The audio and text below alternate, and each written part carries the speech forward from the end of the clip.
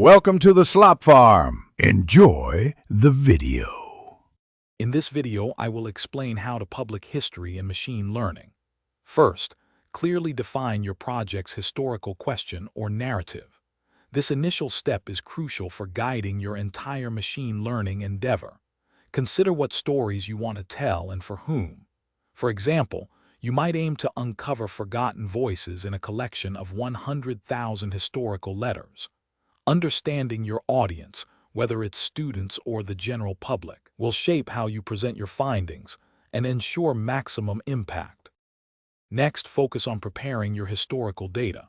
This often involves digitizing physical archives, transcribing handwritten documents, or converting audio recordings into text. Data cleaning is vital. Remove inconsistencies, correct errors, and standardize formats. For instance, you might spend several hundred hours cleaning a dataset of 10,000 historical newspaper articles. Finally, annotate a portion of your data, perhaps 500 examples, to provide the machine learning model with labeled examples for learning. Now it's time to select and train your machine learning models. If you're analyzing text, natural language processing models like topic modeling or sentiment analysis are excellent choices. For images, consider computer vision techniques for object recognition or classification. Train your model using your carefully prepared data, which might involve processing millions of data points.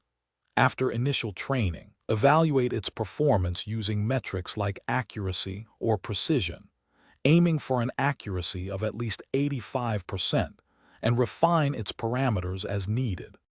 Finally, interpret your results and engage the public responsibly. Translate complex machine learning outputs into understandable historical narratives. Create interactive visualizations, digital exhibits, or educational resources to share your findings with a broad audience.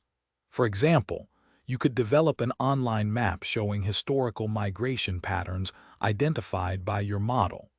Always consider ethical implications, such as potential biases in historical data or the privacy of individuals, ensuring your project is both impactful and responsible.